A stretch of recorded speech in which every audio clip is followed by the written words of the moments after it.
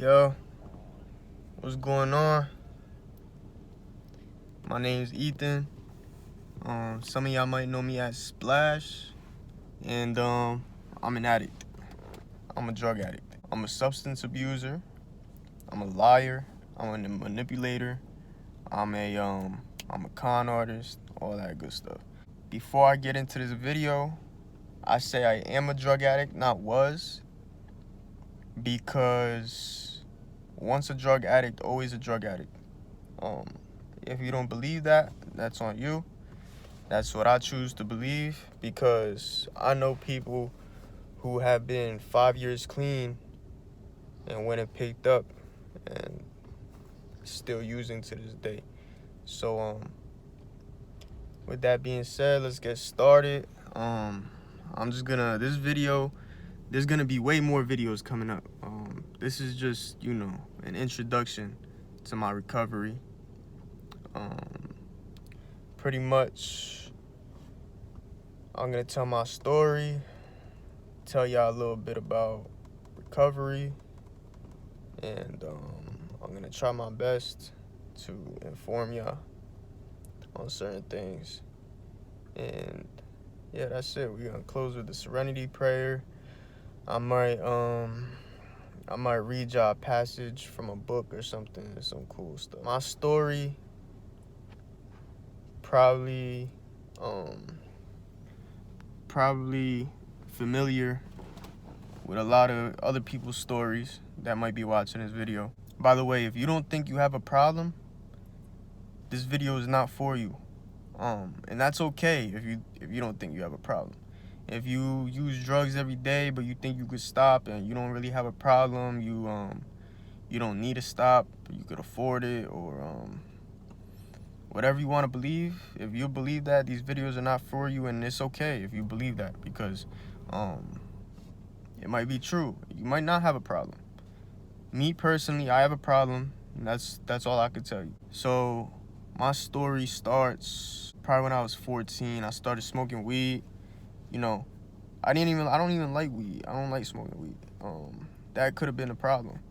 If I liked smoking weed, maybe I would have never picked up nothing else. But I was using weed to escape from reality. I could not live reality sober. With that being said, I smoked weed and I was drinking. I don't like to drink. My face gets red. I'm Asian, so my face gets red. People at parties will ask me, "What's wrong with you? Why is your face red? Are you okay?" Mind you, only had like one shot. So yeah, I don't drink. I don't like smoking. But I did until I was 18. At 18, my twin brother Owen, some of y'all might know him, he got locked up. He's doing 10 years. It's been about 4.5, 5.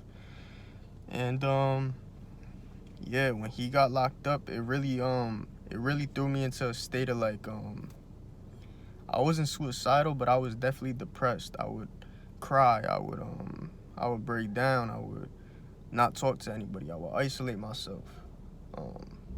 I would smoke weed way more than I usually would to go to sleep, to wake up. I would smoke weed. That's when the addictive behavior started, and I didn't even realize until afterwards. I popped my first perk when I was 19 years old. The first time I popped a perk was the worst day of my life. Whoever pops perks or does oxys knows the feeling. I don't have to explain it. Whatever your choice of drug was or is, you probably had that same experience, that euphoric experience. And it changed my life. Every day after that day, I popped a perk. Every day. I woke up. It was my reason to wake up. It was what put me to sleep, knowing that I could wake up the next morning and take another one. And it just became my life. I couldn't go to work without popping a perk. I would go, my break at work would be 30 minutes. I would take an hour and tell my boss every day an excuse, just because I was waiting on my person to bring me the drug, because you know we're junkies. They're on their own time. They don't care how long we wait. And it just started like that. I started off with 10s, then I gradually went to 30 milligrams a day, and I stayed like that for a while. I'll maybe do 50, 60 here and there a day. And then not until COVID-19 started, I was taking 90 milligrams a day, sometimes sniffing them. Okay, I would take half a Xanax, right? With the 30. A 10 milligram wouldn't even get me high. It wouldn't even tickle me. It wouldn't even, I would feel regular. I would get mad because it didn't get me high. Sometimes even when I took a 30 milligram, it wouldn't get me high. Then I had to deal with the fact that sometimes they're fake. And me personally, I think of myself as a professional drug addict. So I think that I know when a pill is fake or when it's real. There's no telling if it's fake or it's real. Some may look better than others, but you never really know until you're high. Until you're high off that fentanyl, and you're like, damn, I'm fried, but this is not the high that I usually feel. And you might even ignore it. Like, fuck it, at least I'm high. You know, I had a traumatic experience. I actually took acid for the first time. Well, the second time, but you could say it was my first time because I had a crazy trip. I had a crazy acid trip, right? And 2 days later, I found myself in rehab. Now, let's talk about rehab for a second. When you think about rehab, I know me, personally. When I thought about rehab, I thought about junkies, people living on the street, people shooting up dope, people doing crack, meth heads. That's not what rehab is. Rehab is for people who need help, okay? Do not be ashamed to check yourself into rehab. A lot of people will not take that first step. So if you ever even been to rehab and you failed, I salute you, right? Because a lot of people out here will not take that first step to go to rehab because they think that they could do it themselves, or that means they're a junkie. They're gonna be ashamed of people knowing that they're in rehab. My first time in rehab, I stayed there for 2 weeks. I liked it a lot. I thought I was cured. I thought that wow, I'm not withdrawing anymore. This is great. I don't have to deal with how you call it. I don't have to deal with not being able to lead a state because I need perks. I don't have to deal with withdrawal symptoms. I don't have to deal with any of that. I thought I was cured, right? I thought I'm not a drug addict anymore. I'm a regular person. Oh, look at these people back home. They're just still drug addicts. Haha, look at them. I'm better than them now. Wasn't true. I came out, lasted a month, and relapsed. Because what happens is, when you're in rehab, you're in a bubble, right? You're not exposed to your drug of choice. You're not exposed to drugs at all, right? So your mind knows that. Your mind's like, I'm not getting it anyway, so why think about it, right? And also, you're not dealing with the problems that make you do drugs, okay? Some people think I have problems because I'm a drug addict. No. I'm a drug addict because I have problems, okay? Which means that you started doing drugs for a reason, right? You were trying to escape something, right? So, whether the problems be bills, a girlfriend, just life in general, depression, you know? Those things do not go away when you're sober, okay? It's hard. Life is hard, okay? But it's possible. It's possible to be sober, and it's possible to get through it, okay? So I thought I was cured. When I came home, I relapsed because I started dealing with depression. I started dealing with arguments with my girlfriend. Not her fault that I relapsed. That's just part of life, you have a girlfriend, you guys argue. That's just how life works. So just because you become sober does not mean that you don't have to deal with life and reality. Reality is still gonna be there, and it's gonna be hard. Once you get sober, it's gonna be hard to deal with, but it's possible. And every day it gets better, right? So say you're a month clean and you just got out of rehab, and you have to deal with life, and life keeps hitting you, pushing you down, pushing you towards your drug of choice, right? It's gonna get easier. Just remember that. Every day, every day, every day you don't pick up is a day closer to it getting easier. I'm not gonna sit here and say that I'm cured or that I'm perfect, because I'm not. I'm nowhere near cured. I'm nowhere near able to be somebody's sponsor. Nowhere near past triggers. I get urges every day. I live right next to where I used to pick up, so I have to drive by the streets that I used to go to cop, all right? I'm the same as you, all right? I only haven't picked up for a couple weeks now, right? A couple weeks ago I was using. So I'm just trying to help you understand that there is a way, as I'm trying to find the way too, right? That's why on Instagram I said let's get through it together, because I'm in the same boat as you. We are the same. I'm still a drug addict, right? And I just hope by me making these videos and by me at least helping one person try to get sober. Don't even have to succeed. Try to get sober, right? It'll help me stay sober. Let's get back to rehab. So I lasted a month, I relapsed, and my biggest mistake, right, was relapsing and lying about it. Okay? I relapsed and I still pretended that I was clean for about a month until I couldn't hide it anymore, right?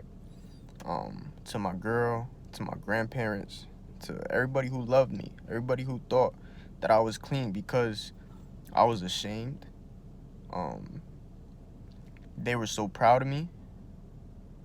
And it was just, it's hard to admit the fact that you right? And this is YouTube. I don't know if you're allowed to curse. I don't know if they're gonna block me. Now what do I do?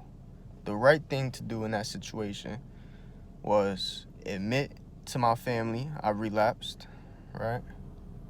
And check right back into rehab. I didn't do that. I stayed out here for another 3 months using, right? Asking people for money, lying to people what I needed money for, lying on my son, all that. That's why in the beginning of the video, I said I'm a manipulative person. I'm a liar, right? Because drugs will do that to you. Drugs will make you into somebody that you're not. I checked into rehab again 3 months after I got out. On my way over there, I'm thinking like, damn, they about to be disappointed in me. You know, I made friends with the staff over there who got clean time. They were proud of me. You know, and just going back there, it was kind of humiliating, you know? But I needed that humiliation. And guess what they said when I first got there the second time? They said, hey, Ethan, at least you're not dead, right? I'm thinking they're gonna yell at me, they're gonna tell me, why are you here, you know? But all they said was, at least you're not dead, right? Because this illness of addiction kills people every day. This illness of addiction gets people incarcerated every day, and they have to withdraw in that cell. No detox. Nobody gives a fuck if you're locked up and you're an addict and you need Librium or you need Suboxone, right? The group of people that I was in there with, the second time. Now this is the second time. The first time I went to rehab, everybody was cool, everybody was, everybody wanted to be sober. And it was like, that's why I feel like that's why I thought I was cured, right? The second time I went to rehab, it was a nightmare. Nobody got along, everybody's fighting. They pretending that we locked up, they complaining about everything. We get free food over there, right? We get beds, we get TVs in our rooms. We got a living area where there's a couch, YouTube, Netflix, and these people over here complaining that it's a jail because they can't go outside exactly when they want to go outside. We get a smoke break every hour, right? So me dealing with these people already have been in this situation, changed my whole outlook on addiction, right? Because it's a new face of people, but it's the same situation. But at the same time, it's a different situation because these people are not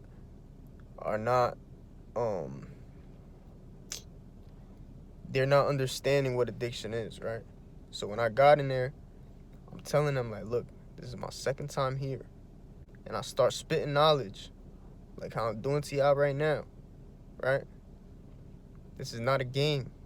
You will come back here, right?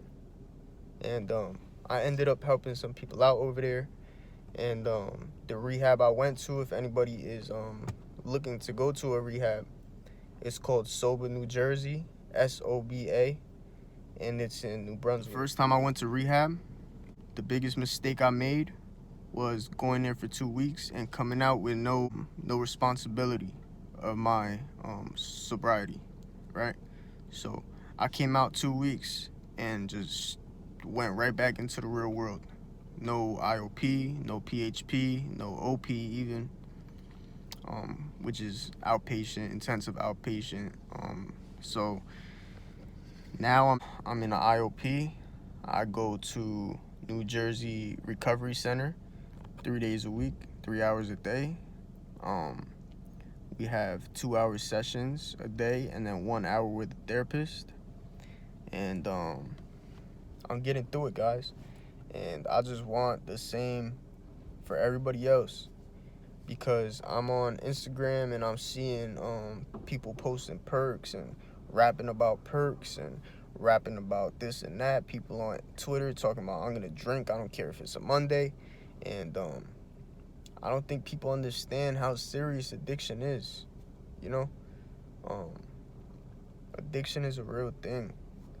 Addiction is nothing to play with, all right? It will ruin your life.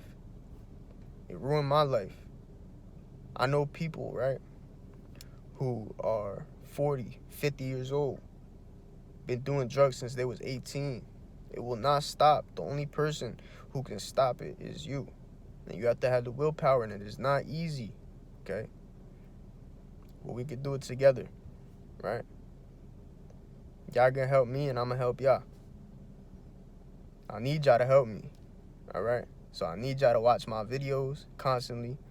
I need y'all to DM me, telling me your problems, telling me what you're dealing with, telling me if you relapsed, because relapsing is okay. Relapse happen. Relapse do happen, okay? I relapsed 3 times, all right? Relapses happen, okay? And it's not the end of the world just because you relapse. You might have to start over. You might have to get a new clean date, right? But it's not the end of the world, and it's not the end. Don't make it the end of your path to sobriety. I'm sure the people that I'm about to say this to didn't even make it to the end of this video.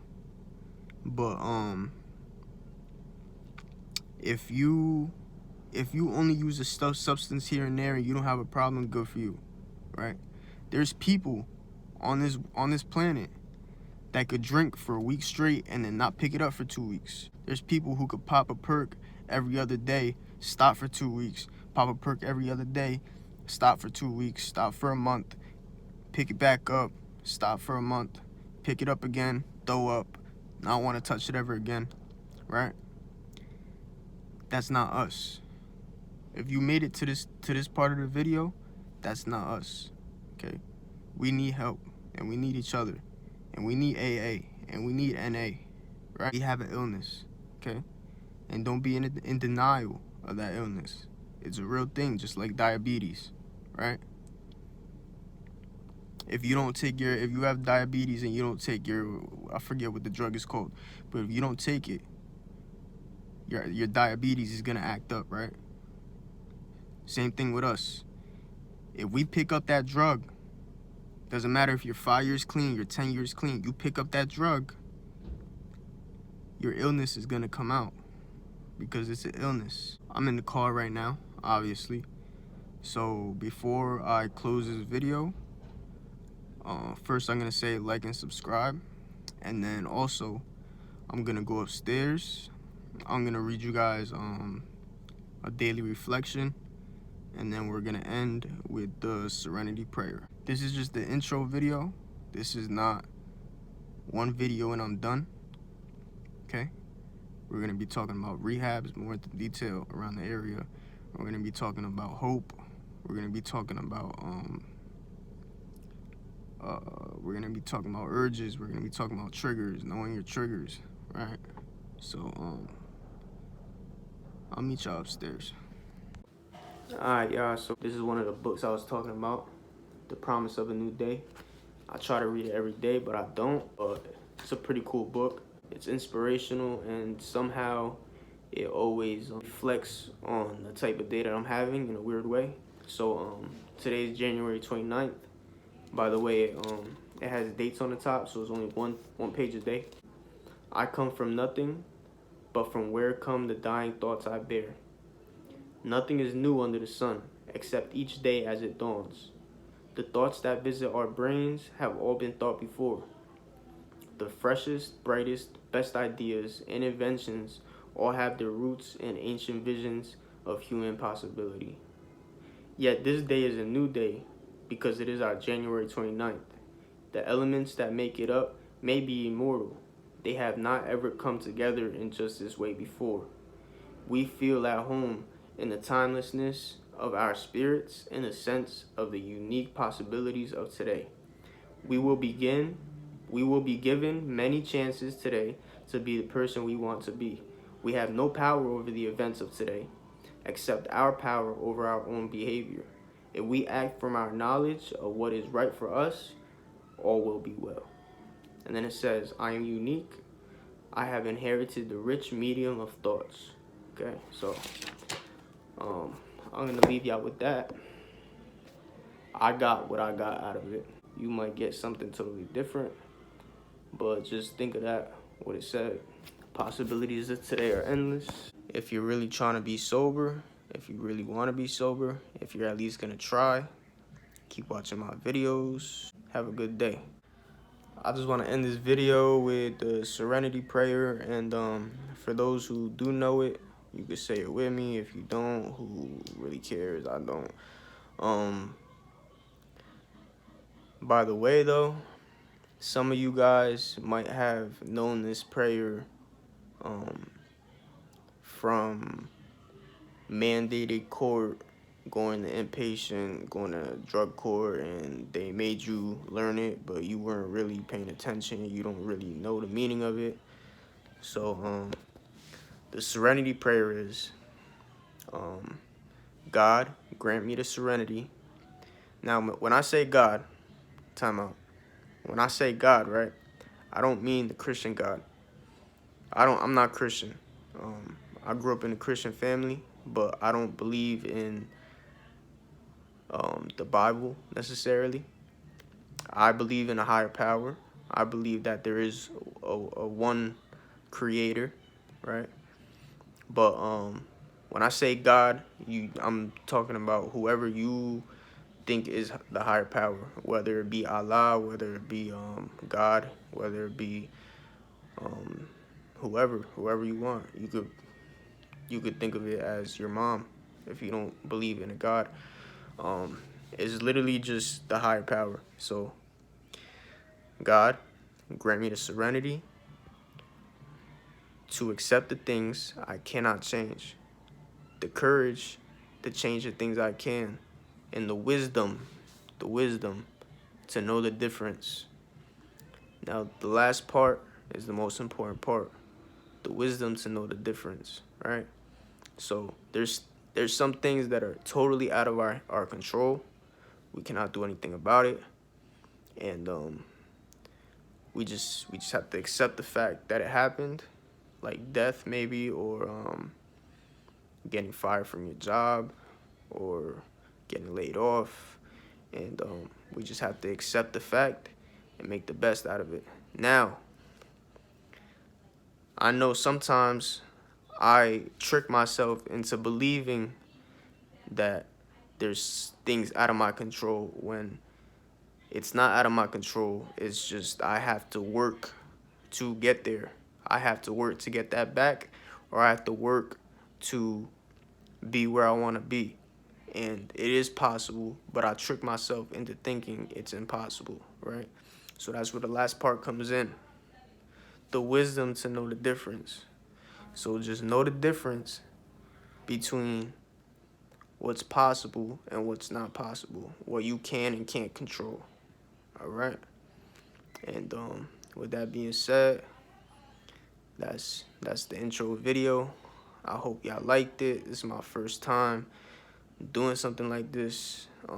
For those of you who know me, I don't really do stuff like this. I'm coming kind of out of my character to do this, but I just have a weird feeling that that it's gonna help me, and that it might help somebody who's battling addiction or battling mental health and just needs motivation to get through the day. So like, comment, subscribe, DM me on Instagram if you're going through something and you need someone to talk to, or just need anything at all, really. My Instagram is, what's my Instagram? Strip for Splash. If you want to know how rehab works, if you want to know how IOP is working for me, just DM me and we could talk. I'm here for you. Everybody have a blessed day. Try to stay sober. Try to be the best person you could be. And I'm going to close the video, every video that I have, with 2 rules. Okay? Don't pick up, which means don't use, and don't be an asshole. Okay? Don't be an asshole, meaning be the best person you could be. Don't be a dickhead. All right? Don't be a dickhead. All right? Especially to your family, especially to your friends, because it's hard to love an addict. All right? We're going through things, and sometimes we go through things and we don't realize that other people are also going through things. Okay? And it's hard to love an addict. Just remember that. It's hard to love someone who needs something else to survive and will do anything to get that thing. Okay? So just keep that in mind, and I'm out.